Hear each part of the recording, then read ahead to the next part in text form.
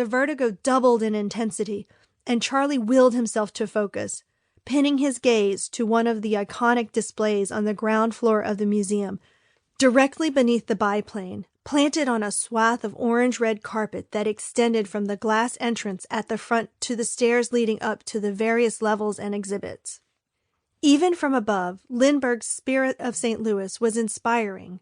Covered in silvery fabric with its bulbous gas tank up front, the modified Ryan Airlines model had been the first airplane to be flown solo and nonstop across the Atlantic in 1927, completing the trip from New York to Paris in 33.5 hours, touching down at Le Bourget Field in front of an audience of more than 100,000.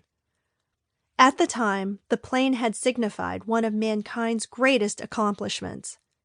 Now it sat kitty-corner to the rust-colored Apollo space capsule that had carried astronauts Buzz Aldrin, Neil Armstrong, and Michael Collins home from the moon in July of 1969, in the center of the country's largest museum dedicated to flight.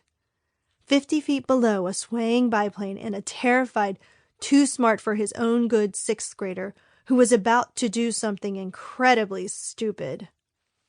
Charlie pulled his gaze upward from the Spirit of St. Louis and the space capsule, pausing when he reached the museum's second-level balcony, 20 feet in front of the biplane's propeller, but still a good 30 feet below. It didn't take him long to spot Jeremy Diapers Draper, his best friend and fellow sixth grader from Nagasaki Middle. With his bright shock of red hair, stretched-out frame, and stringy arms and legs, Jeremy was hard to miss. Even pressed up against the second-floor glass railing, trying to hide himself in a crowd of raucous high schoolers in matching gray athletic jerseys, Jeremy stood out. Beanpole, Scarecrow, Pipe Cleaner. Charlie's best friend had endured a cornucopia of nicknames tied to his unique physical characteristics before the middle school mob had settled on diapers. Had Jeremy's mom not mistakenly filled his backpack with his baby sister's disposables, and had Jeremy managed not to trip during lunch hour in the last week of 5th grade and spill said backpack all over the lunchroom in full view of the entire middle school, he'd have been Scarecrow or Pipe Cleaner until the day he shipped himself off to college. Diapers was a tough label to wear in the Lord of the Flies environment of Nagasaki Middle, but at the moment, Charlie would have happily traded nicknames with his friend, if doing so could somehow have magically transported him from the cockpit of the biplane to the safety of the Smithsonian's second-floor balcony. Unfortunately, Charlie knew there was no such thing as magic. Only math. But sometimes math could be a sort of magic. At the moment, with the crew cut bearing down on him, and the biplane dangling beneath his weight, Charlie had only one choice.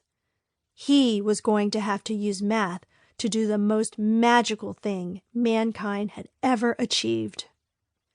He was going to have to use math to make himself fly. Charlie took a deep breath, then reached behind himself in the cockpit and unzipped the backpack that was hanging from a strap around his left shoulder. He retrieved a pair of gardening shears, then quickly zipped it shut. He held them at arm's length, inspecting the sharpness of the blades, the way the light glanced off the smooth, almost glassy metal. Then he rose to a near-standing position in the cockpit and raised the shears toward the coiled wire that held the biplane in place. "Kid, are you nuts?" the crew cut hissed from just a few feet away on the catwalk.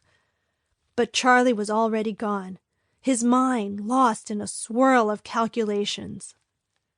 The length of the biplane's wings and the amount of air they would displace, the volume of the atrium and the distance to the second-floor balcony, the angle of descent and the weight of the plane's wooden frame, fabric covering, and propeller, the tensile strength and physical diameter of the coiled wire that held the biplane to the ceiling, and the torque-based cutting power of a pair of steel gardening shears. "Kid, don't do it, kid!" But Charlie was already reaching for the wire. Chapter 2. Newton